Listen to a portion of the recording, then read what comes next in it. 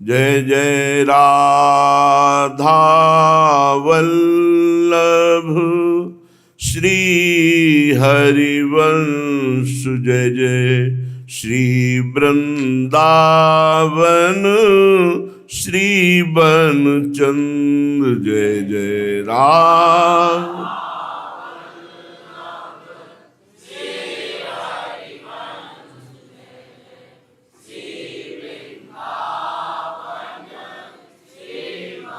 जय जय राधा वल्लभ गुरु हरिवंश। जय जय गुरु वृंदावन गुरु बनचंद्र। जय जय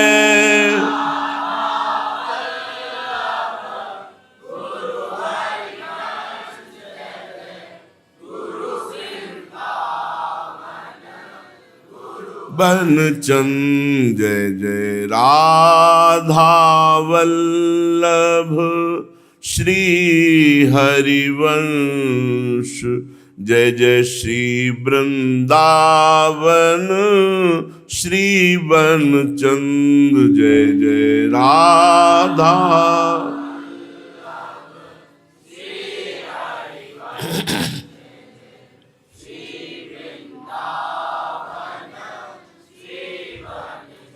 वृंदावनेश्वरी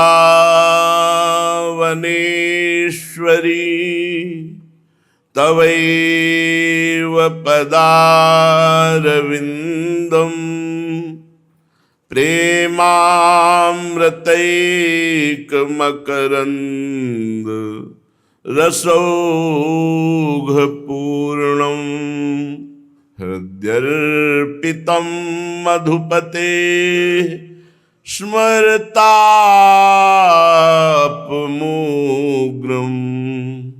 निर्वापयत् परम शीतलमाश्रयामि। परम शीतलमाश्रयामि।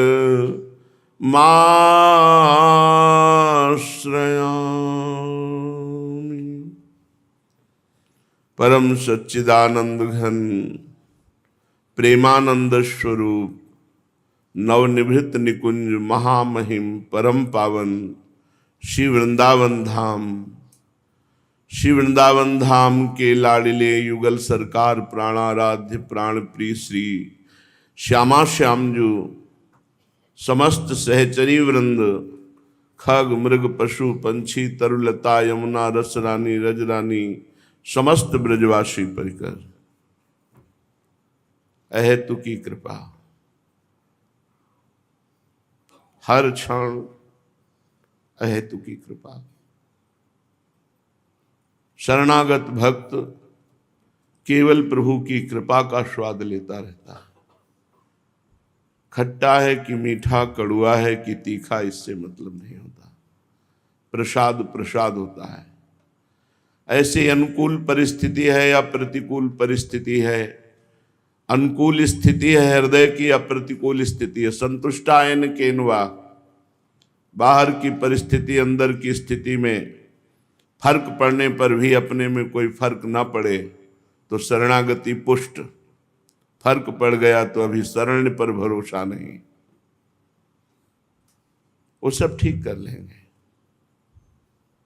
हमारी स्थिति को भी ठीक कर लेंगे, हमारी परिस्थिति को भी ठीक कर लेंगे। और ना ठीक करें तो ठीक है, ठीक करें तो ठीक है। अब जीवन की बागडोर प्रभु के चरणों में समर्पित कर दिया। अब ठीक बेठीक की क्या चिंता। अब ये तो उनका विषय है कि वो हमें ठीक करें, हमारे स्वभाव को, हमारे मन को, हमारी इंद्रियों को।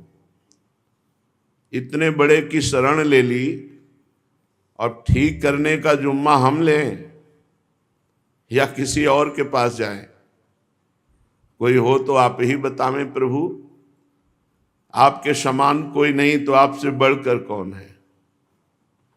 जब आपके चरणों का आश्रय ले लिया तो अब ठीक बेठीक की कोई वार्ता ही नहीं है। मैं आपका हूं, आप मेरे हो। यदि आप अपने लायक बनाना चाहते हो तो बना लीजिए, और यदि कहीं कोई ऐसा है जो आपके लायक बना दे तो मिला दीजिए। आपसे ही अब होगा, मेरे से नहीं होगा।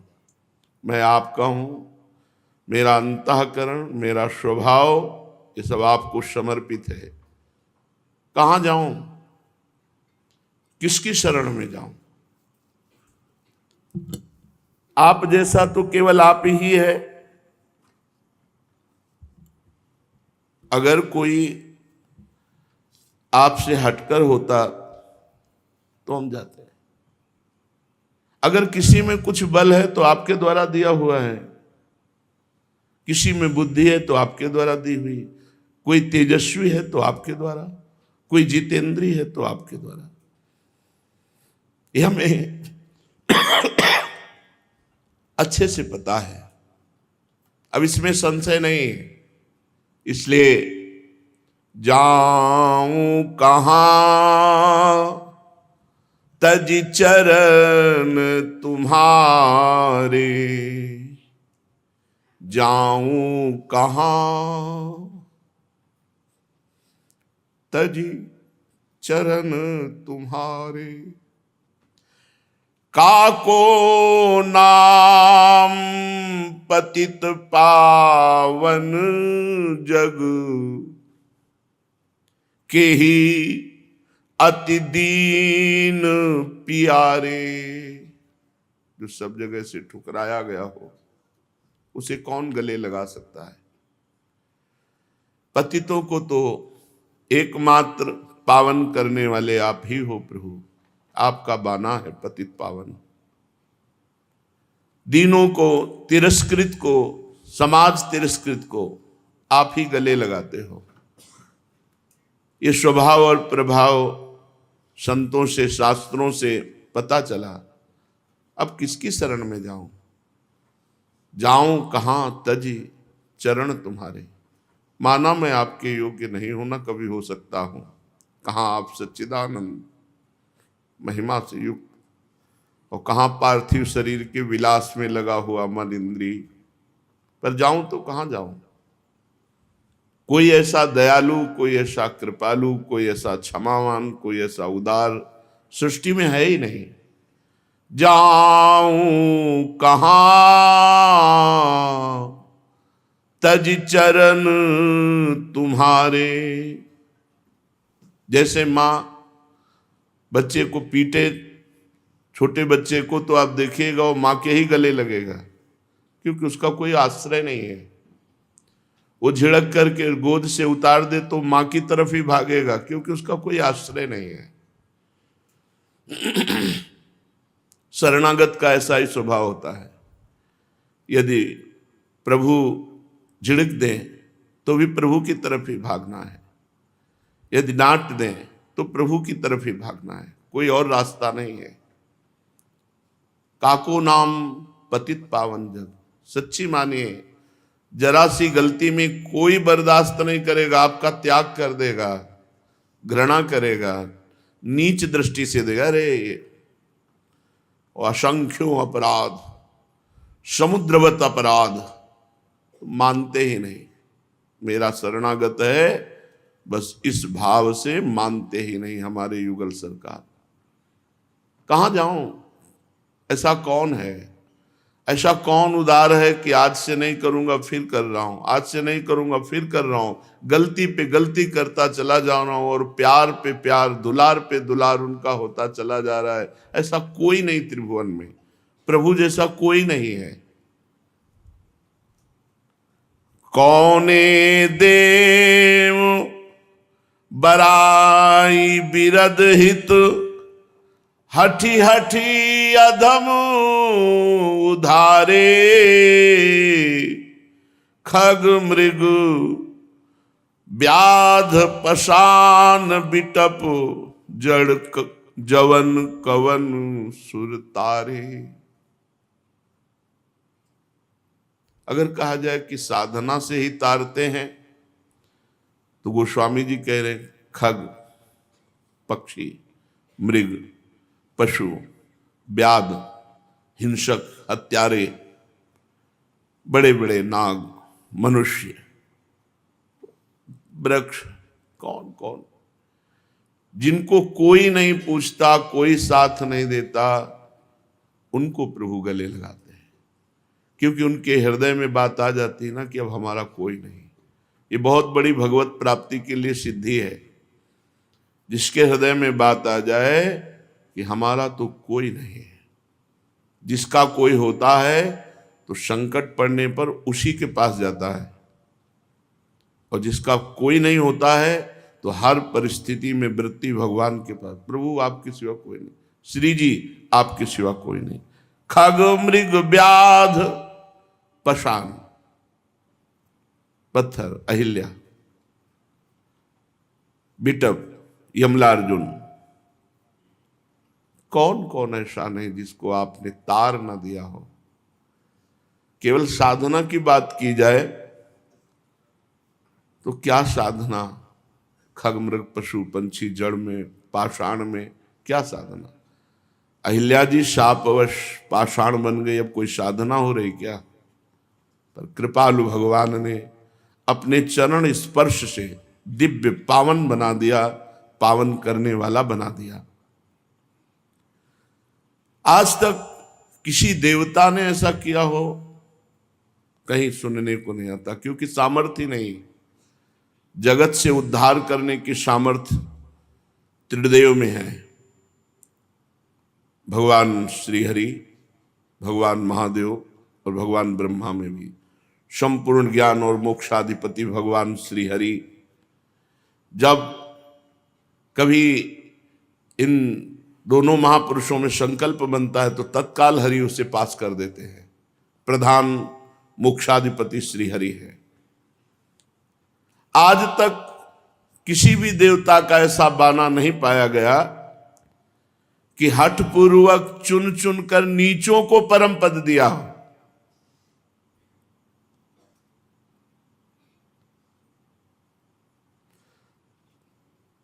साधन संपन्न ऋषि मुनि ये तो समर्थ है, नीचों को परम पद दिया हो ऐसा तो केवल हे प्रभु आप ही हो, हे हरि ऐसे तो आप ही हो। हठ पूर्वक नीचों को गले लगाकर उनका उद्धार किया। कोई उदाहरण हो कि किसी पक्षी को परम पद किसी ने दिया हो।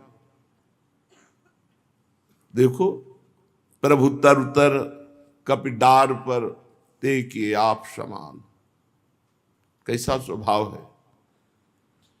ऋक्ष, बानर, व्याध, हिंसक, पाषाण, अहिल्यादि, जड़, वृक्ष, और न जाने कितनों का उद्धार भगवान ने किया। क्यों? स्वभाव ऐसा है। उमा राम स्वभाव जेहि जाना, ताई भजन तज भाव नाना। जो भगवान श्री हरि का स्वभाव जान जाता है उसे भजन छोड़कर और कुछ अच्छा नहीं लगता। इतना प्यार करने वाले, इतने कृपालु, इतने अहेतुकी कृपालु हमारे मित्र भी यही है, हमारे पिता भी यही है, हमारी माता भी यही है, हमारे गुरु भी यही है, हमारे सखा, सब कुछ यही है। तुमेव माता च पिता तुमेव, तुमेव बंधुश्च सखा तुमेव, तुमेव विद्या द्रविणं तुमेव, तुमेव सर्वम मम देव देव। मेरे सब कुछ आप ही हो। ये बात आ जाए बहुत बड़ी बात है। इस बात के बीच में कोई बात ना आने पावे, अर्थात इस जगत में कोई अपना कहलाने वाला ना हो, केवल प्रभु हो तो जीत गए जगत को। प्रभु देव दनुज मुनि नाग मनुज सब, माया विवश बिचारे, तिनके हाथ दास तुलसी। प्रभु कहा अपन पोहारे, जाऊं कहां तजी चरण तुम्हारे। प्रभु कोई ऐसा देवता नहीं है जो स्वार्थ से युक्त ना हो, अहेतुकी कृपा करे, ऐसा कोई देवता नहीं। आप जितना पुण्य कीजिए उतना वो आपको फल दे सकते हैं, इसके आगे नहीं। वो अपने अधिकारानुसार ही कार्य कर सकते हैं। लेकिन भगवान तो सर्वलोक महेश्वर है। देव, कोई देवता ऐसा, कोई धनुष, कोई दैत्य ऐसा कि अपनी तरफ से कृपा कर दे, कोई नाग, कोई मनुष्य, इनमें सामर्थ्य ही नहीं है तो क्या कृपा करेंगे? इनकी कृपा से होगा ही क्या? कोई मनुष्य कह दे हम तुम्हारे ऊपर कृपा करते, तो क्या तुम कालातीत हो, तुम काल विजयी हो, तुम हमें काल विजयी बना दोगे, तुम हमें मृत्यु जन्म के चक्र से मुक्त कर दोगे, तो फिर किस बात के? क्या ना कोई देवता, ना कोई नाग, ना कोई मनुष्य, ना कोई मुनि। भगवान के प्रेमी भक्त और मुनि में बड़ा अंतर है। गोस्वामी जी कहे स्वार्थ लाग करे सब प्रीति, सुर नर मुनि सबकी हारीति। और स्वार्थ रहित जग जग उपकारी, तुम तुम्हार सेवक असुरारी। ये दो ही हैं ऐसे जो स्वार्थ रहित थे, एक तो भगवान, और भगवान के प्रेम में मगन हुआ प्रेमी भक्त। गोस्वामी जी कह रहे हैं प्रभु ये सब माया के आपके अधीन है, ये बेचारे क्या कृपा करेंगे? देवता, मनुष्य, नाग, पशु, पक्षी, मुनि, ये सब स्वयं बंधे हुए हैं, ये क्या हमको बंधन मुक्त करेंगे? इसलिए प्रभु ये तुलसीदास अपने को किसी और के हाथ में सौंप कर हंसी नहीं कराएगा, सिर्फ आपका। ये खास बात है, किसी और के हाथ में अपने को सौंप करके हंसी नहीं कराएगा, क्योंकि ये तो सब माया विवश हैं, बंधे हुए हैं। ये क्या हमें मुक्त कर सकते हैं? मुक्त कर सकते हैं तो एकमात्र श्री भगवान श्री हरि। इसलिए जाऊं कहां तज चरण तुम्हारे, आपके चरणों को छोड़ करके मैं कहां जाऊं? जब हमने प्रभु के चरणों का आश्रय ले लिया है हमारी तरफ से, फिर आगे का सारा कार्य प्रभु स्वयं करते हैं, स्वयं करते हैं। हम प्रभु के आश्रित हैं, इसकी पहचान है कि हर समय हमारी चित्त वृत्ति प्रभु में लगी रहे, प्रभु का नाम चलता रहे, प्रभु का चिंतन चलता रहे, प्रभु का आश्रय रहे। श्रीपाद प्रबोधानंद जी महाराज कह रहे हैं अभूत प्रथम में स्मर विशानल ज्वालया, मुधाकृत सुधाधरे किमपि दग्ध दग्धम मनः, समस्त मति मोहनो क्वणित किंकिणी नूपुरे, त्वमक्षि पक्ष मागता तदनु धन्य वृंदावने। पहले तो हृदय काम भाव से जलता था, जब भजन शुरू किया तो जैसे दिन के ताप से तपे हुए पुरुष को रात्रि के चंद्रमा से शीतलता मिलती है, ऐसी हुई। पर जब वृंदावन आया और यहां नूपुरों की झनकार और बंशी नाद सुना तो और आग लग गई। संसार में था तो काम आदि वेदना कामाग्नि से झुलसा हुआ, जब भजन में लगा तो ऐसा लगा जैसे दिन के ताप से कोई चंद्रमा की शीतलता में आ जाए। और जब वृंदावन आया और भजन का प्रभाव प्रकट हुआ और नूपुर और बंसी ध्वनि सुनी तो हृदय में आग लग गई प्रेम की। ये असहनीय आनंद है, असहनीय आनंद। जैसे प्यासा आदमी है, बर्फ डाल के बढ़िया ठंडा पानी पिलाओ, अच्छा लगेगा, लेकिन बर्फ में लिटा दो, बर्फ में लिटा दो उसे कि बहुत गर्मी से आए हो, बहुत प्यास लगी है, बर्फ में लिटा दो तो क्या होगा? वो दुख का अनुभव करेगा, दुख का अनुभव। ऐसे ही इतना आनंद कि जो मैं ऐसा जानती प्रीति किए दुख होए, नगर ढिंढोरा पीटती यदि प्रीति न करियो कोय। आनंद की पीड़ा, आनंद की पीड़ा। श्री ध्रुवदास जी महाराज इसी अनुभव को कह रहे हैं कि प्रीति समान न और सुख, दुख होत अपार, मिलिबो सुख दुख बिछरिबो, यह कीनो निर्धार। प्रेम के समान कोई सुख नहीं है, अपार सुख, लेकिन दुख होता अपार। ये दुख जो है इसे कोई माया जनित दुख न समझे। शरीर में पीड़ा है, परिस्थिति बहुत ऐसी है, स्थिति बहुत, ये दुख नहीं है, ये आनंद की पीड़ा है। ऐसी आनंद की उमगन असहनीय हो रही तो चिल्ला चिल्ला के रो रहा है। आनंद की अपार सुख असहनीय हो रहा है। क्या विरही को प्रभु का सानिध्य अनुभव नहीं होता? जिनको विरह कभी सेकंड 2 सेकंड का भी हुआ होगा वो समझ रहे होंगे। सामने प्रभु होते हैं विरही के, कब मिलोगे? और सामने वो छाए हुए हैं, नेत्रों में उनकी झांकी छाई हुई है और उन्हीं से बात कर रहे, कब मिलोगे? जीवन की शाम होने जा रही है। नाथ आप बड़े कृपाल हो, अब किसकी बाट जो रहे हो, कौन सी साधना की पूर्णता चाहते हो? वो प्रभु से बात करके रो रहा है, विकल हो रहा है। प्रीति समान न और सुख, दुखहु होता पार, मिलिबो सुख दुख बिछरिबो, यह कीनो निर्धार। ये सुख दुख प्राकृतिक नहीं है। मिलन में जो सुख का अनुभव होता है तो विरह में उससे बढ़कर सुख का अनुभव होता है। ये विरही समझ पाता है। मिलन की आकांक्षा में जो सुख होता है वो मिलन से भी बढ़कर होता है। मिलने के तड़पन में जो सुख होता है वो मिलन से भी बढ़कर होता है। विरही कांक्ष है। आपके लिए याद करके तड़प तड़प के रोने में जो सुख है, फिर जब उनके गले लग करके उस आनंद, उसका कैसे वर्णन हो सकता है? प्रीति के समान सुख नहीं। ये प्रीति के 2 भाग हैं, एक है संयोग, एक है वियोग। संयोग सुख, जितना वियोग सुख बढ़ा है उतना ही जोर का अनुभव होगा।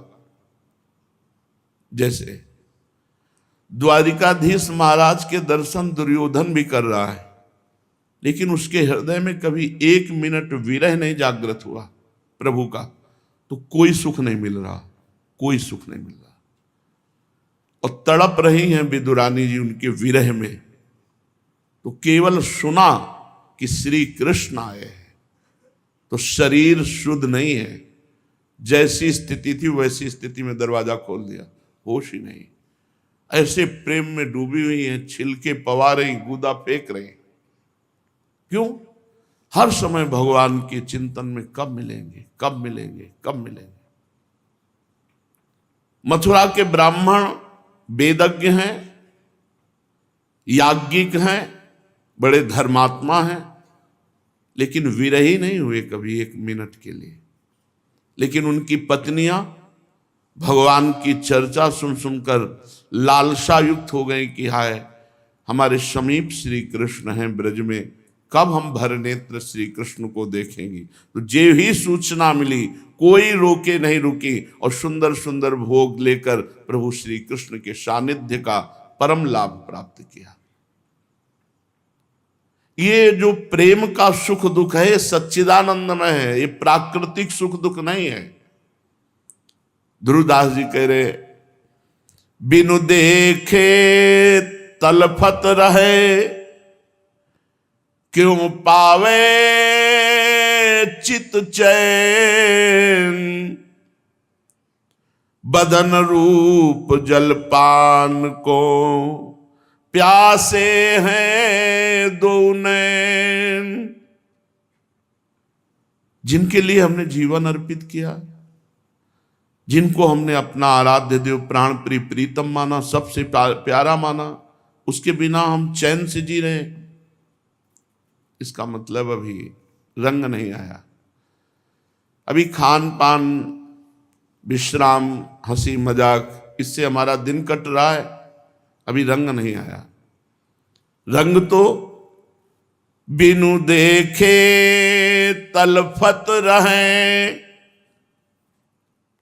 क्यों पावे चित चैन, बदन रूप जलपान को प्यासे हैं दो नैन। दोनों नेत्र प्यासे हैं प्रियालाल के रूप रस का पान करने के लिए, तड़पते रहते हैं रात दिन। उनका हृदय विकल रहता है, कब मिलोगे, कैसे मिलोगे, कोई उपाय नहीं, रोना आता है। निर्बल का बल रोना ही होता है। जब गोपीजन हर उपाय करके थक गई और प्रभु नहीं मिले, तब एक स्वर में रुदुस्वरम राजन कृष्ण दर्शन लालसा, सब एक स्वर में रो पड़ी। हारा हुआ प्रभु के मिलन की प्रबल लालसा वाला एक ही बल रह जाता है, रुदन, और उसी रुदन में भगवत साक्षात्कार होता है। बिन रोए किन पाइया प्रेम प्यारा मीत, कबीरा हंसना छोड़ दे रोने से कर प्रीति, बिन रोए किन पाइया प्रेम प्यारा मीत। बैरागी है नैन, कुछ अच्छा नहीं लगता। विरह कमंडल कर लिए बैरागी दो नैन, कहीं कुछ त्रिभुवन में कुछ देखने की इच्छा नहीं, हृदय में विराग नहीं है, नेत्र में रूप दर्शन की प्यास है। मांगत दरस मधु करी, यह है बैराग्य, दर्शन रूपी माधुकरी मांग रहे हैं। श्री ध्रुवदास जी महाराज के बदन रूप जलपान को प्यासे हैं दो नयन, दोनों नेत्र इतने प्यासे हैं कि कब प्रियालाल के रूप को देखूं।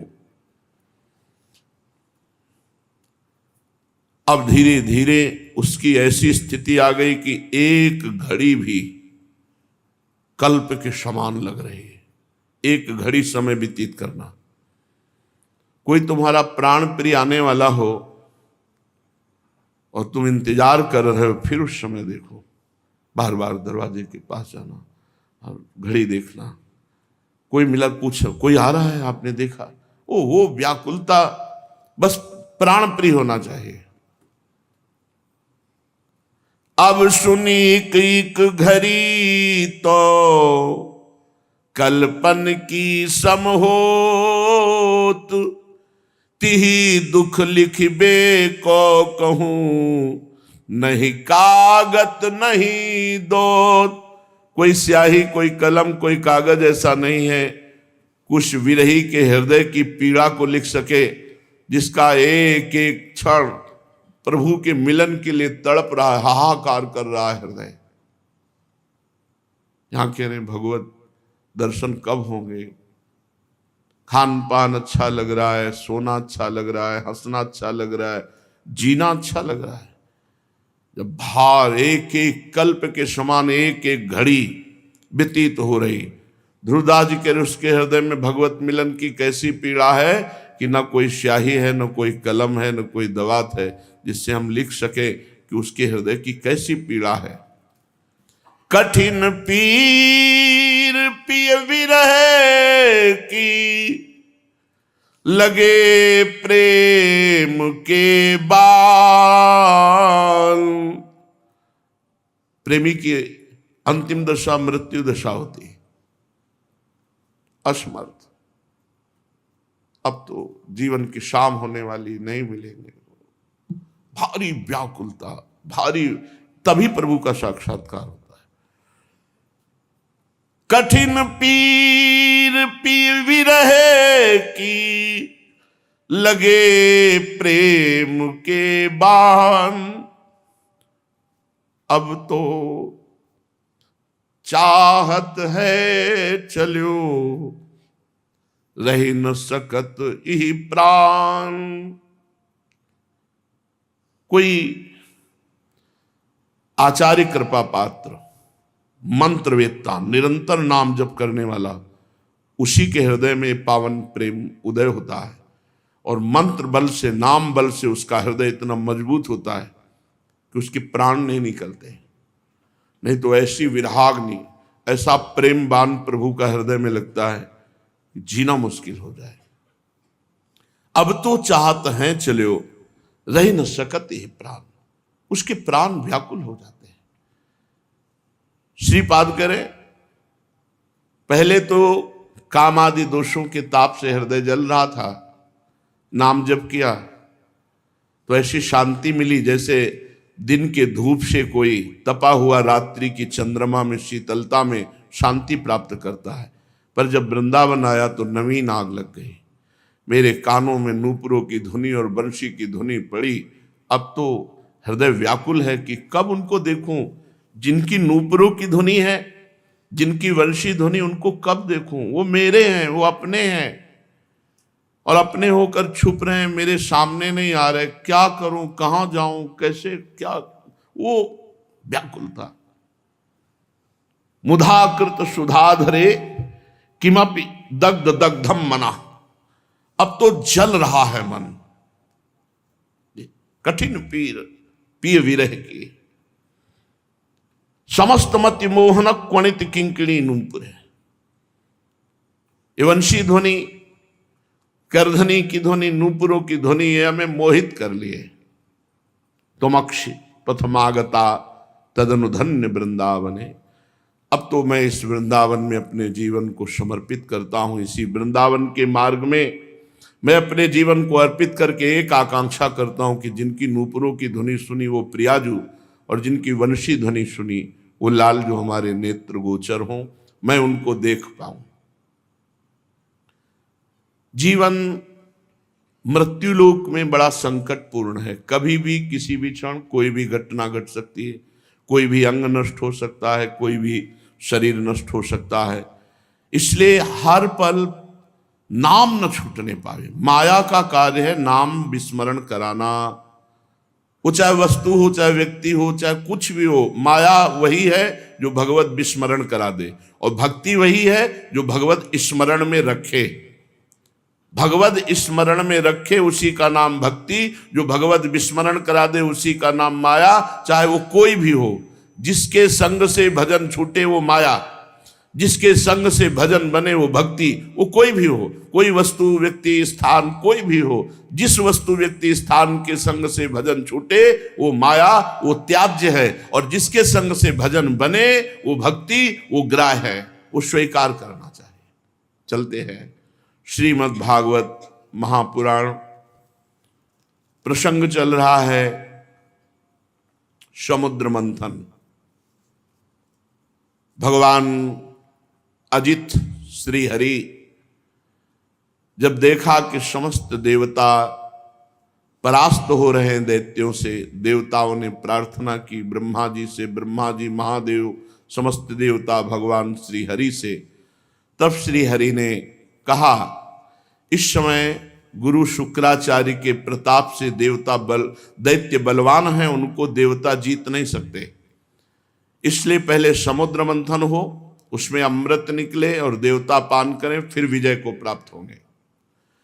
तो देवता लोग पहले दैत्यों के पास जाएं। राजनीति कहती है कि उनसे वो सन्निधि करें, संधि करें, उनके समीप जाएं, उनसे मित्रता करें, दैन्य होकर के अपना काम बना ले। देवता लोग निहत्थे होकर, ग्रीवा झुकाकर दैत्यों के पास गए। पहले तो सेनापतियों ने बंदी बनाना चाहा, पर धर्म के रहस्य को जानने वाले महाराज बलि ने मना कर दिया और कहा, देखो ये संधि का अवसर है, ये देखो अस्त्र शस्त्र लेके नहीं आए। पूरी बात रखी गई समुद्र मंथन की। दैत्यों ने इशारे में कहा कि हाँ कह दो, क्योंकि इनको एक बूंद अमृत नहीं मिलेगा, हम सब छीन के पी जाएंगे। हाँ कह दिया गया। अब मथानी कौन बने? तो मंदराचल को 10,000 योजन स्वर्ण, तांबा और लोहा 3 धातुओं से बना हुआ, 10,000 योजन ऊंचा।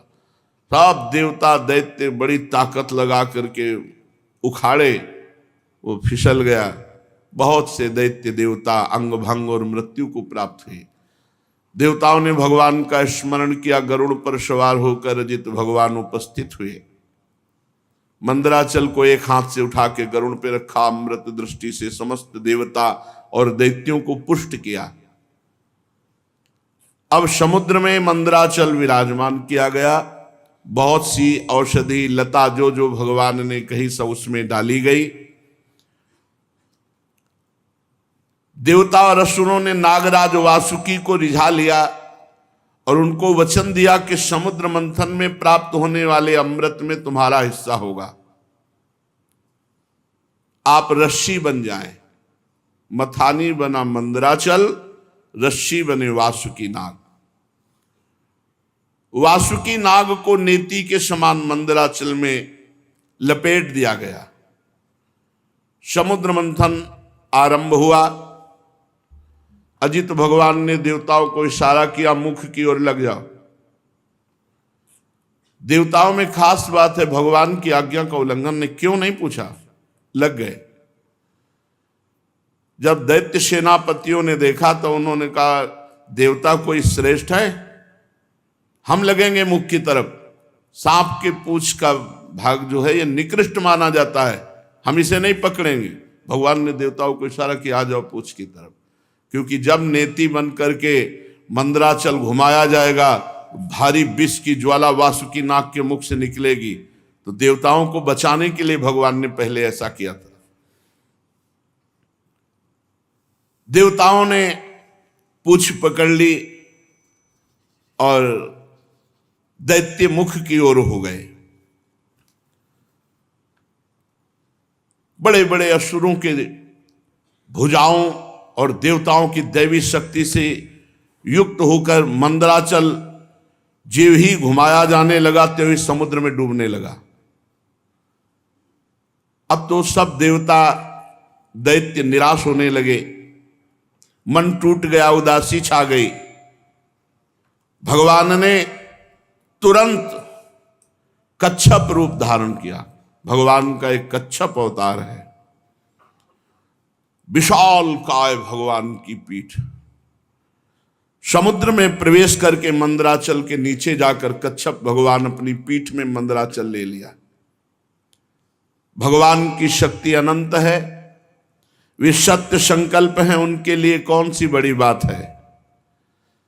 देवता और असुरों ने देखा कि मंदराचल ऊपर उठने लगा, तब फिर से उत्साहित होकर समुद्र मंथन किया।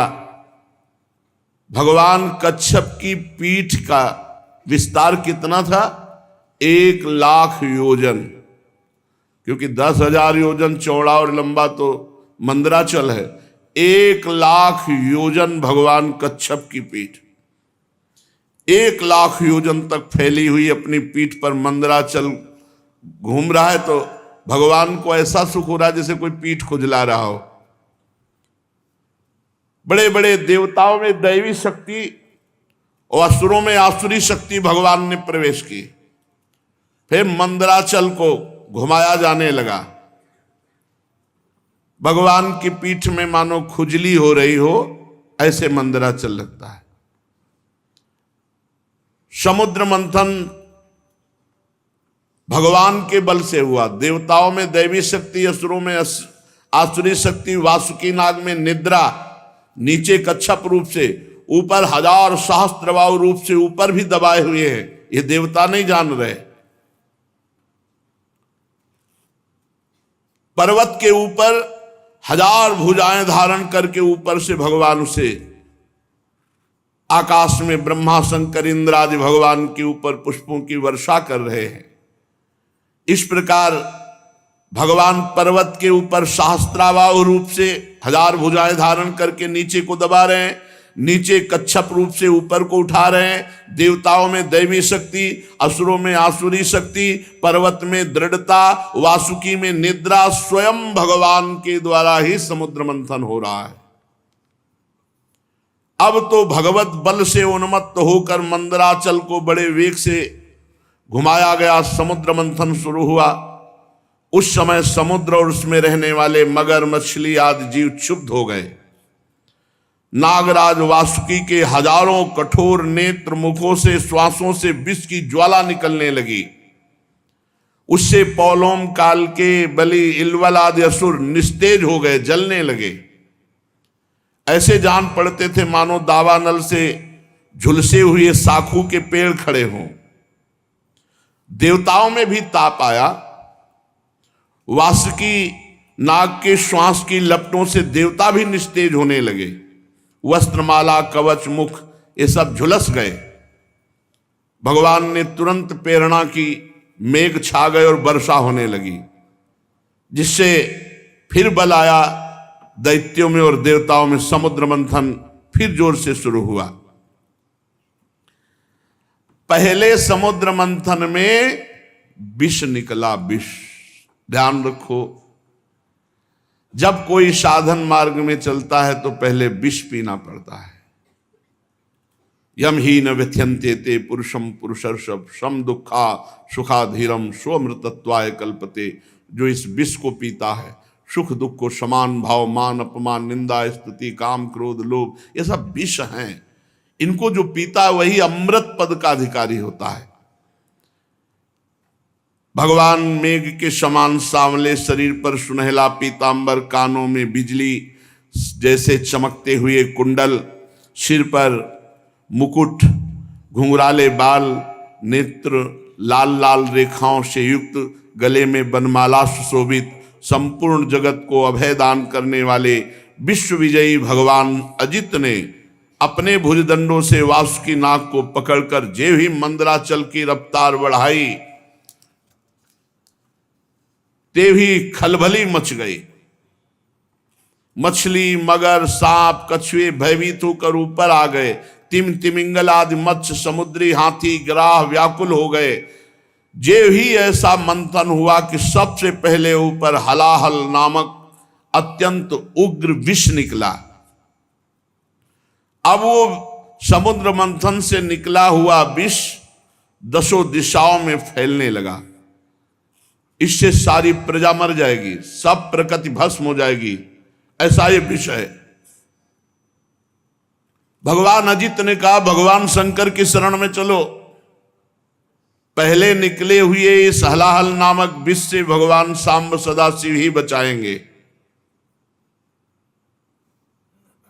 भगवान शंकर सती जी के साथ कैलाश पर्वत पर विराजमान थे। बड़े बड़े ऋषि मुनि उनके वचन सुन रहे थे। भगवान शिव उपदेश कर रहे थे। तीनों लोगों को अभ्युदय और मोक्ष के लिए बड़े बड़े ऋषि मुनि उनकी आराधना करते हैं, भगवान शिव की। प्रजापतियों ने दर्शन किया और भगवान महादेव जी की स्तुति की। देव देव महादेव भूतात्मन भूत भावन त्राहिना शरणापन्नास त्रैलोक्ये दहनाद विषाद तुम्हें कहा सर्व जगत ईश्वरो बंध मोक्षयो तम त्वामर्चन्ति कुशलाः प्रपन्नार्ति हरम गुरु। हे जगत गुरु, हे देवाधिदेव, हे समस्त प्राणियों की आत्मा और जीवन दाता, हम सब लोकपाल आपकी शरण में आए हैं। समुद्र मंथन में त्रिलोकी को भस्म करने वाला हलाहल उग्र विष प्रकट हुआ है, उससे आप हमारी रक्षा कीजिए। सारे जगत को बांधने और मोक्ष मुक्त करने में एकमात्र आप समर्थ ईश्वर हैं। इसलिए हे भगवान शिव, विवेकी पुरुष आपकी आराधना करते हैं, क्योंकि आप शरणागत की पीड़ा नष्ट करने वाले एवं जगत गुरु हैं। प्रभु, अपनी गुणमयी शक्ति से इस जगत की सृष्टि, स्थिति, प्रलय ये आप करते हैं, पर आप एक रस रहते हैं। जितने भी देवता मनुष्य पशु पक्षी सत असत चराचर प्राणी हैं, सबके जीवन दाता देवाधिदेव आप ही हैं। आपके अतिरिक्त सृष्टि भी और कुछ नहीं, क्योंकि आप सबकी आत्मा हैं।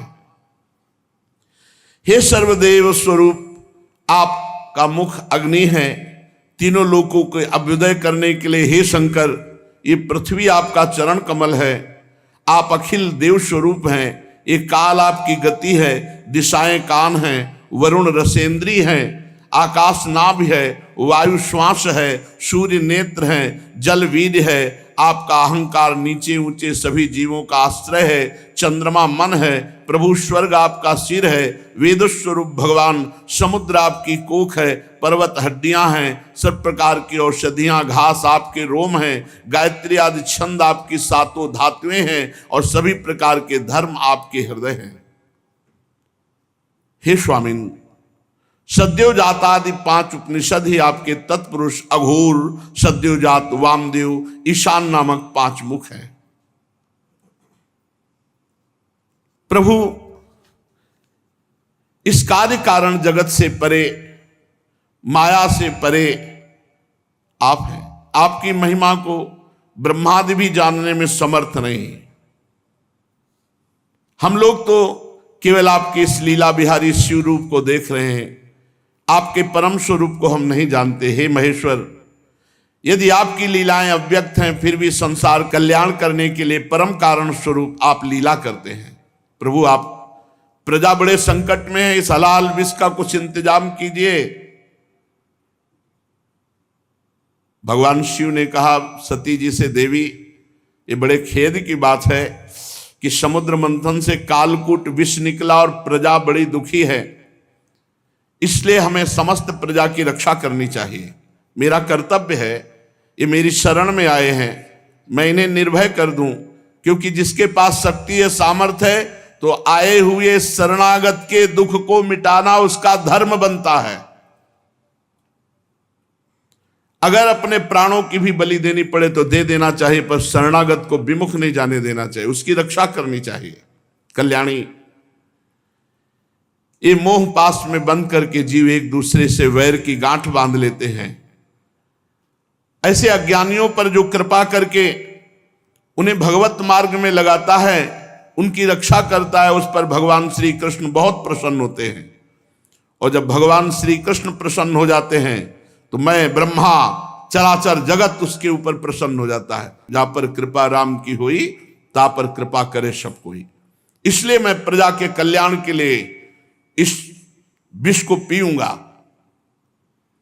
विश्व के जीवन दाता देवाधिदेव महादेव भगवान शंकर इस प्रकार सती देवी से कहकर विष को लेने के लिए तैयार हो गए। माताजी बड़ी कृपालु हैं और जानती भगवान शिव के प्रभाव को। उन्होंने अनुमोदन किया, हाँ प्रभु, ऐसा ही करना चाहिए। भगवान शंकर ऐसे करके आकर्षण किया और पूरे समुद्र मंथन से निकले हुए विष को अपने हाथ में ले लिया और उसको पी गए। पीकर हृदय में नहीं जाने दिया, यही गले में रोक लिया। पूरा श्याम गौरवर्ण का गला, पूरा श्याम वर्ण का, इसीलिए भगवान का एक नाम पड़ा नीलकंठ। भगवान शंकर का वो भूषण हो गया नीलकंठ। देवादिदेव भगवान शंकर सबकी कामना पूर्ण करने वाले हैं। उनका एक कल्याणकारी अद्भुत कर्म सुनकर दक्ष कन्या सती, ब्रह्मा जी, भगवान श्री हरि बहुत उनकी स्तुति की, प्रशंसा की। जब भगवान शंकर विष पान कर रहे थे तो 1-2 बूंद विष टपक गया। उसी से जितने भी विषैले जीव जंतु, विषैली औषधियां हैं, वो सब हैं। 1-2 बूंद टपक गया, उससे हैं। पूरी सृष्टि में इतना विष है, वो 1-2 बूंद से पूरा विष तो भस्म कर देता त्रिलोकी को। महादेव जी गले में आज भी रोके हुए हैं। भगवान शंकर ने विष पी लिया, अब तो समस्या का समाधान हो गया। देवता और असुर बड़ी प्रसन्नता से समुद्र मंथन करने लगे। फिर समुद्र मंथन से कामधेनु प्रकट हुई।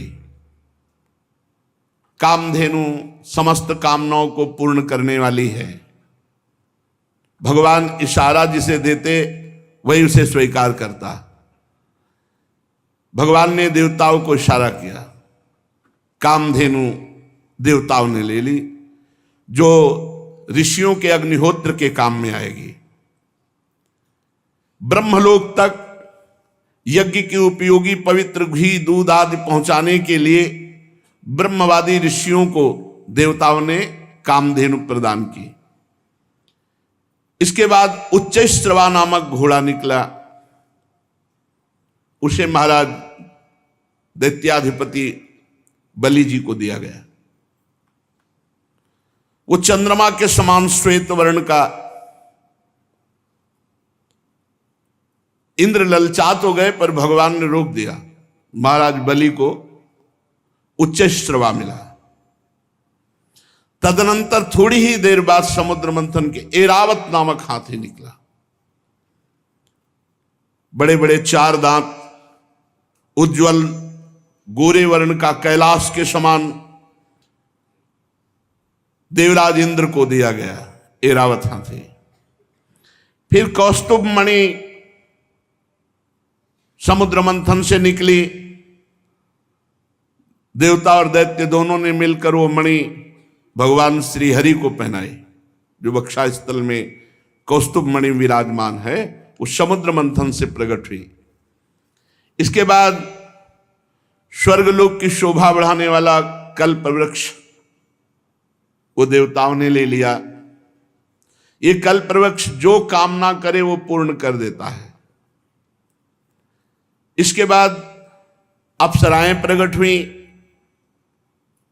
जो सुंदर वस्त्रों से सुसज्जित, गले में स्वर्णहार पहरे हुए रंभा आदि, अपनी मनोहर मुस्कान, चाल विलास भरी चितवन से देवताओं के भी चित्त को चुराने वाली, तो देवताओं को दी गई। अप्सराएं देवताओं को दी गई। कल्पवृक्ष देवलोक में। इसके बाद शोभा की मूर्ति स्वयं भगवती लक्ष्मी देवी प्रकट हुई समुद्र से। ये भगवान की नित्य शक्ति है। जे भी वे प्रकट हुई तो बिजली किसी कांति छा गई, 10 दिशाएं चकाचौंध हो गई। ऐसा सौंदर्य, ऐसा उदार स्वरूप, ऐसा रूप रंग कोई भी नहीं था जो ये ना चाहता हो कि लक्ष्मी जी हमें मिले। आज भी सभी चाहते लक्ष्मी जी हमें मिले। देवता, असुर, मनुष्य, कोई भी ऐसा नहीं था जिसके हृदय में ये चाह ना आ गई हो कि लक्ष्मी जी हमें मिले। तत्काल इंद्र अपने हाथों से उनके बैठने के लिए विचित्र सिंहासन ले आए। श्रेष्ठ नदियों ने मूर्तिमान होकर के अभिषेक के लिए सोने के घड़ों में भर भर कर पवित्र जल ला दिया। पृथ्वी ने अभिषेक के योग्य सब औषधियां दी। गौओं ने पंचगव्य और बसंत ऋतु ने चैत्र वैशाख में होने वाले सब फूल फल उपस्थित कर दिए।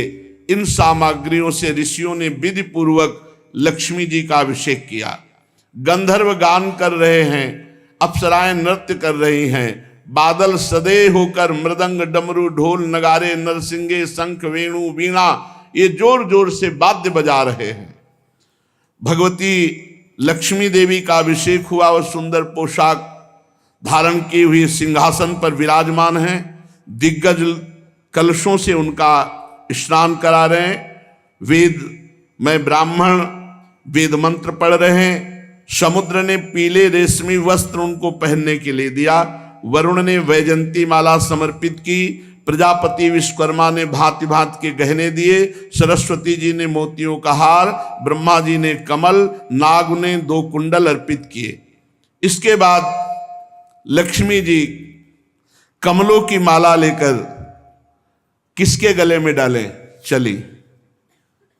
लक्ष्मी जी के मुख की ओर देखकर जब वो मंद मंद मुस्कुराती हुई चल रही थी, उनकी पायजेब बज रही थी, कोई ऐसा नहीं था जो ललचा न गया हो लक्ष्मी जी हमें मिले।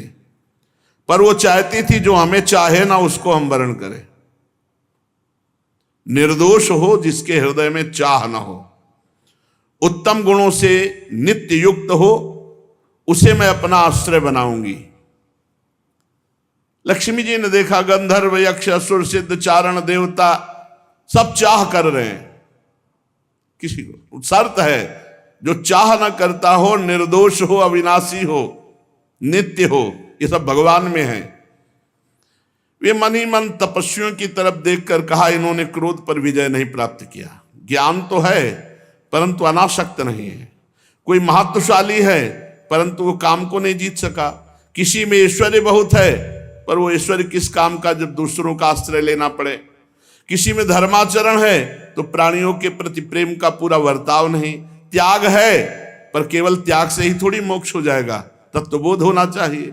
किन्हीं किन्हीं में वीरता है पर वो भी काल के पंजे के बाहर नहीं है। कुछ महात्मा ऐसे हैं जो विषयासक्त नहीं है परंतु अद्वैत समाधि में तल्लीन है। किसी किसी ऋषि की आयु बहुत लंबी है परंतु उनका सील मंगल मेरे योग्य नहीं। किसी का सील मंगल है तो आयु का ठिकाना नहीं। लक्ष्मी जी ने सबको देखा पर कहीं भी चित्त नहीं टिका। जब भगवान के ऊपर दृष्टि गई तो उन्होंने कहा, ये मुझे चाहते नहीं, ये हमें पसंद आए पर ये हमें नहीं चाहते। पर सोच विचार करके भगवान के ही गले में जयमाला डाल दी, अजित भगवान के, क्योंकि समस्त सद्गुण नित्य निवास करते श्री भगवान में। लक्ष्मी जी के एकमात्र आश्रय भगवान श्री हरि है। इसी से उन्होंने भगवान श्री हरि का वर्ण किया। लक्ष्मी जी ने भगवान के गले में नवीन कमलों की सुंदर माला पहना दी, जिसके चारों ओर झुंड के झुंड मतवाले मधुकर गुंजार कर रहे थे। इसके बाद लज्जापूर्ण भाव से देखा और सूक्ष्म रूप धारण करके भगवान के वक्षा स्थल में विराजमान हो गई, श्री लांछन चिन्ह के रूप में। जगत पिता भगवान ने जगत जननी समस्त संपत्तियों के अधिष्ठात्र देवता श्री लक्ष्मी जी को अपने वक्षा स्थल पर निवास दिया, हृदय में। उसी समय शंख तुरही मृदंग बाजे बजने लगे, गंधर्व गाने लगे, अप्सराएं नृत्य करने लगी, ब्रह्मा रुद्र अंगिरादि प्रजापति पुष्प वर्षा करते हुए भगवान के दिव्य मंत्रों द्वारा स्तुति की। देवता प्रजापति प्रजा सभी की तरफ लक्ष्मी जी ने कृपा दृष्टि से देखा तो सब निहाल हो गए, सब आनंदित, सब सुखी हो गए। पर लक्ष्मी जी ने दैत्य और दानवों की उपेक्षा कर दी, तब वो बहुत उत्साहहीन हो गए और लोभी हो गए। भगवान ने समुद्र मंथन करवाया तो अब निकली बहुत ही सुंदर वारुणी देवी। भगवान ने इशारा किया देवताओं को, तो दैत्य एकदम लुभायमान हो गए सुंदर रूप देख के। तो वारुणी देवी दैत्यों के, ये शराब मदिरा ये राक्षसों के लिए है, इसलिए मना किया जाता है। तदनंतर देवता और असुरों ने अमृत की इच्छा से समुद्र मंथन किया तो चंद्रमा प्रकट हुए देवताओं में से, चंद्रमा में। फिर समुद्र मंथन हुआ, शारंग धनुष प्रकट हुआ। फिर समुद्र मंथन हुआ, पांचजन्य शंख। तो शारंग धनुष पांचजन्य शंख ये श्री हरि ने स्वीकार किया। अब जब समुद्र मंथन अमृत के लिए हुआ तो अजान बाहु, लंबी लंबी भुजाएं जिनकी, गला शंख के समान उतार चढ़ाव वाला, आंखों में लालिमा, शरीर का रंग बड़ा सुंदर श्यामला, गले में माला और सब प्रकार आभूषणों से सुसज्जित, चौड़ी छाती, ऐसे भगवान प्रकट हुए धन्वंतरी जी। भगवान का एक अवतार धन्वंतरी अवतार है और उनके हाथों में कंगन और भरा हुआ अमृत का कलश, ये 14 रत्न निकले। कालकूट, कामधेनु, इरावत हाथी, उच्च श्रवा घोड़ा, कौस्तुभमणि, कल्पवृक्ष, रंभादि अप्सरा, महालक्ष्मी, वारुणी, मदिरा, चंद्रमा, शारंग धनुष, पांचजन्य शंख, धन्वंतरी और अमृत, ये समुद्र मंथन से 14 रत्न प्रकट हुए। आयुर्वेद के प्रवर्तक यज्ञ भोक्ता भगवान धन्वंतरी, दैत्यों ने देखा कि उनके हाथ में अमृत कलश, आप तो किसी के आदेश की कोई परवाह नहीं, कूद पड़े और जबरदस्ती धन्वंतरी जी के हाथ से अमृत का कलश छीन लिया और भाग पड़े। ये अच्छा रहा कि पिया नहीं, भाग पड़े लेके कि सब एकांत में चलकर दैत्य लोग पिएंगे। देवता सब खिन्न हो गए कि प्रभु, खास बात जिसके लिए समुद्र मंथन हुआ वो तो दैत्य सब ले गए। भगवान ने इशारा किया, तुम चिंता मत करो, एक बूंद नहीं पीने पाएंगे, अभी हम जाते पूरा कलश अपने हाथ दे देंगे। भगवान ने अमृत लोलुप दैत्यों के बीच, वहां भागना थोड़ी है, वो तो भाग के एकांत में पहुंचे, वहीं भगवान बीच में प्रकट हो गए। वो मोहिनी रूप, नूपुर झनकारते, तिरछी चितवन, इतना सुंदर रूप की अमृत हाथ में, भूल गए अमृत भूल गए भाई। ये है भगवान की माया। और जिधर भगवान देखे तो मुस्कुरा के ऐसे मानो कि अब तो जन्म जन्म से हमारा इनका रिश्ता है। ऐसे भगवान मोहिनी रूप, छमछमाते हुए कभी इधर कभी उधर, और ऐसा नवकिशोर रूप। उस सुंदरी स्त्री को देखकर सोचने लगे कि अब तो सौभाग्य ही सौभाग्य हमारे उदय हो रहे। कितनी सुंदर ये स्त्री है, हमको प्यार करती। और जो दैत्य देखे, भगवान मुस्कुरा कर उस भगवान मोहित करना चाहे तो महादेव मोहित हो गए, दैत्य क्या है। अब तो सब के सब दैत्य भूल गए अमृत को और डांट होड़ लग गई मोहिनी जी के लिए।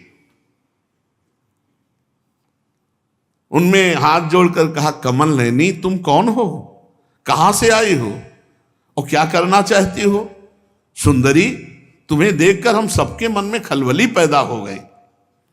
हम समझते हैं कि देवलोक में या दैत्यलोक में या सिद्ध गंधर्व चारण लोकपाल कहीं ऐसी सुंदरी नहीं जैसी आप हो।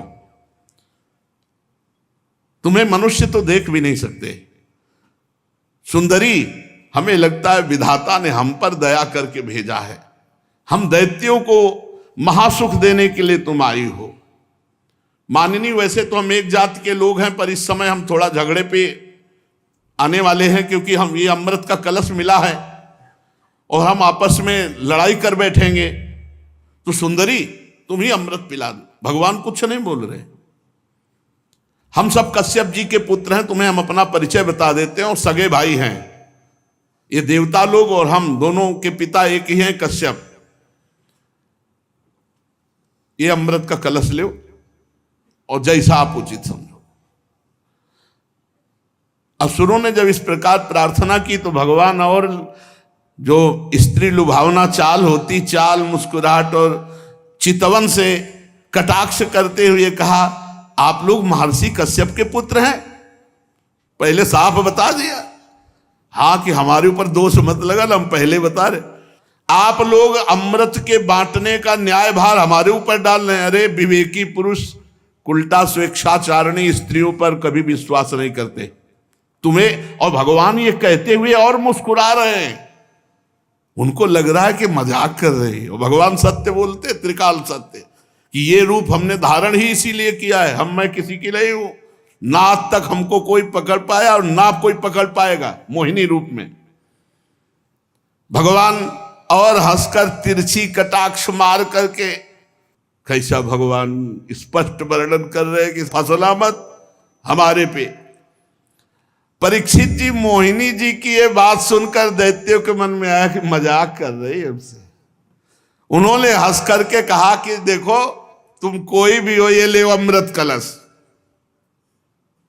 कलश लिया और तिरछी मुस्कान से भगवान ने मुस्कुराते हुए मीठी वाणी में कहा, देखो, यदि इतना विश्वास करते हो तो मैं उचित करूं या अनुचित बीच में टोकना नहीं। स्वीकार है? और मुस्कुरा दिया, बोले स्वीकार है। बस बोले अमृत बांट दे ले दो, फिर देख पाओगे कि क्या स्वीकार किया है। बड़े बड़े दैत्य कुछ जहां शंका में होते कि यार पूरा अमृत उसके हाथ में दे दिया, तो मोहिनी जी उधर ही देखती, तो फिर वैसे मंत्रमुग्ध होके रह जाता। मंत्र मुग्ध होके दैत्य रह जा। अरे महाराज भगवान हैं, भगवान, उनकी माया ऐसी प्रबल है, देख लो लोकांतर में फिर वो स्वयं मोहिनी रूप धारण किए। दैत्यो बड़ी बारीकी से मेरी बात समझो, मैं उचित करूं या अनुचित बीच में टोकोगे नहीं। अगर टोकना तो ले अपना अमृत कलश। नहीं नहीं नहीं, और मुस्कुराते जा रहे हैं। मुस्कुराहट भगवान की माया का प्रादुर्भाव हुआ है मुस्कुराहट से। सब दैत्यों ने कह दिया स्वीकार है। भगवान ने कहा हम भी स्वीकृत हैं, माफ की हैं। इसका कारण दैत्य मोहिनी स्वरूप के मूल को नहीं समझ पा रहे, और देवता जान रहे इसलिए मोहित नहीं हो रहे। एक भी देवता मोहित नहीं हुआ मोहिनी रूप में, क्योंकि जान रहे हमारे भगवान है। तो देखो अमृत ऐसे नहीं मिलता। सब लोग पहले नहा के आओ, स्नान करो और पूजन करो, स्वस्थवाचन कराओ, तब अमृत मिलेगा। सब नए नए कपड़ा पहन करके और कुशासन पर बैठो, और सबका हिस्सा पूर्व की तरफ कुश का हो।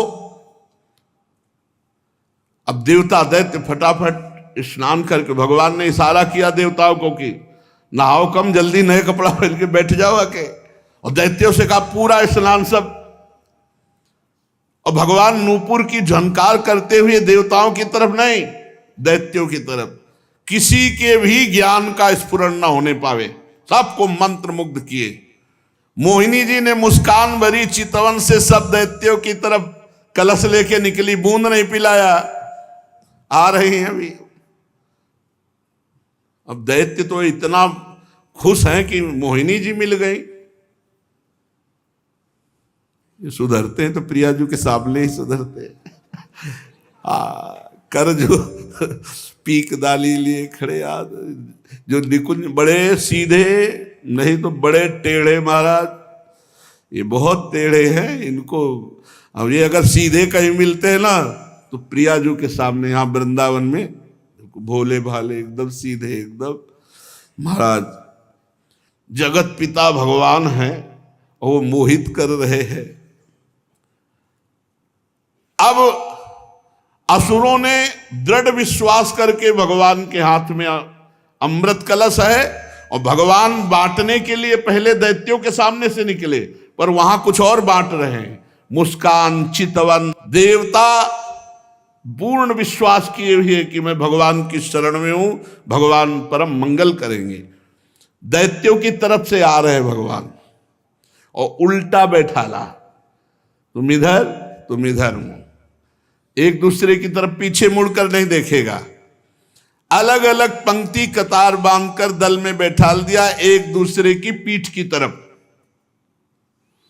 दैत्यों के पास से ऐसे गए मुस्कुराते हुए, और ये अमृत वो है जिसमें बुढ़ापा नहीं आता, कोई रोग नहीं होता, कोई शोक नहीं होता। अरे देवताओं को, पर वो भी भयभीत रहते हैं। और भगवान नाम रूपी जो अमृत पी ले तो भवरोग से मुक्त होकर देवलोक भी जो जहां छोटा पड़ जाए, ऐसा आनंद देवलोक में क्या आनंद है। वहां तो पुण्य क्षीणे मृत्यु लोके विसंति भगवत धाम नामामृत राधा नाम सुधारसम। इसलिए लुभायमान मत होना इस अमृत से कि बुढ़ापा ना आएगा। यानी मरने के लिए देवता भी तैयार हैं, मरना पड़ेगा उनको भी, क्योंकि जब प्रलय होती तो ब्रह्मलोक तक समिट जाता है। परीक्षित असुर उमंग तो रहे थे, तो समझा कि जैसे हमारे आगे से कलश लेके निकल गई, ऐसे देवताओं के आगे से निकल के फिर शुरू हमारी तरफ से करेंगे।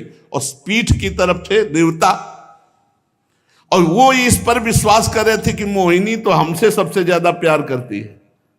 भगवान ऐसा दर्शन कराए, और विश्वास करके चुपचाप बैठे रहे। मोहिनी जी में इतना प्रेम था दैत्यों का कि किसी की हिम्मत नहीं हुई कि टोक दे। भगवान ने देवताओं को इशारा किया, बिल्कुल लाइनबद्ध सब। एक दो तो हल्के से देखने की कोशिश पर भगवान मुस्कुरा के तिरछी दृष्टि भगवान की दैत्यों की तरफ, फिर वो शांत हो गए कि यार नाराज ना हो जाए मोहिनी जी। अब मोहिनी जी सबको अपने नेत्रों की दृष्टि में बांधे हुए और देवताओं को अमृत पिलाते चले जा रहे हैं।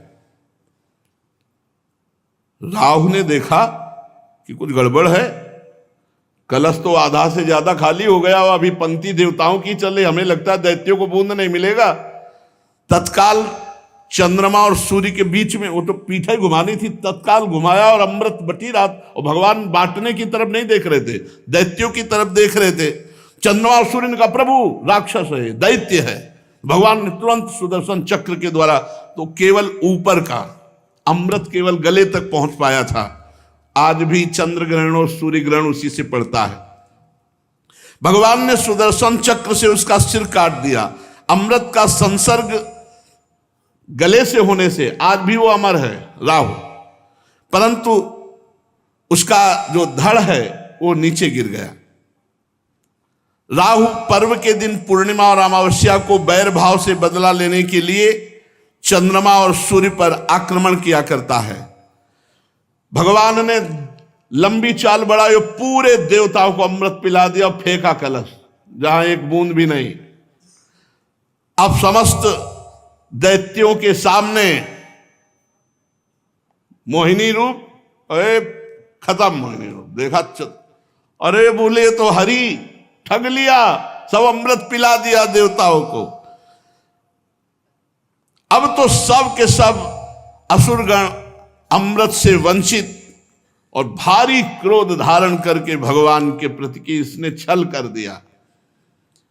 दानों और दैत्यों ने बड़ी मेहनत की थी, फिर भी उन्हें भगवान से विमुख और आसुरी प्रवृत्ति होने के कारण अमृत पीने को नहीं दिया गया कि बिना अमृत पिए तो ऐसा विनाशकारी खेल खेलते हैं, अगर अमृत पी लिए तो फिर तो बहुत ही आतंक मचा देंगे।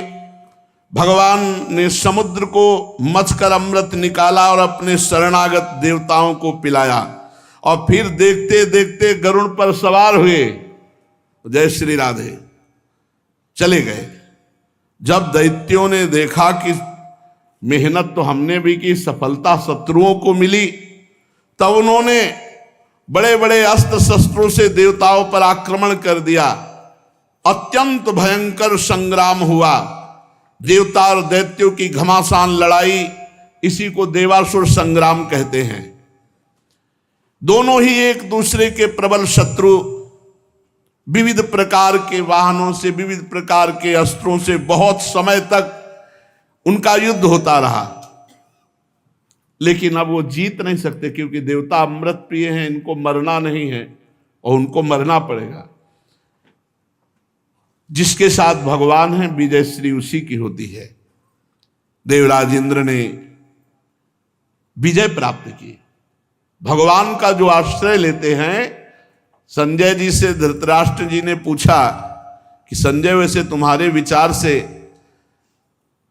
7 अक्षौणी सेना पांडवों के पास और 11 अक्षौणी हमारे पास है, तो विजय तो वैसे सिद्ध हमारी ही होती है क्योंकि भीष्मादि महारथी। तुम्हारा विचार क्या कहता है? तो उनका यत्र योगेश्वरा कृष्णो यत्र पार्थो धनुर्धरा तत्र श्री विजयो भूतिर्धुवा नीतिर्मतिर्मम। जहां भगवान श्री कृष्ण है और जहां भगवान के शरणागत अर्जुन है, वहीं विजय होगी। यद्यपि देवता बड़े बलशाली, पर अमृत पीने के बाद तो और बलशाली, और शुक्राचार्य जी संजीवनी के प्रभाव से दैत्यों को जिला देने वाले, पर भगवान का बल अमोघ है जो देवताओं के पक्ष में, इसलिए देवासुर संग्राम में देवताओं की विजय हुई। जो ये समुद्र मंथन लीला, भगवान की कृपा से देवताओं की विजय लीला सुनता है, उसके पाप नष्ट हो जाते हैं, भगवान के चरणों में भक्ति होती है और भगवान का कृपा बल उसको प्राप्त होता है। शेष चर्चा आगे। श्री राधा वल्लभ लाल की जय।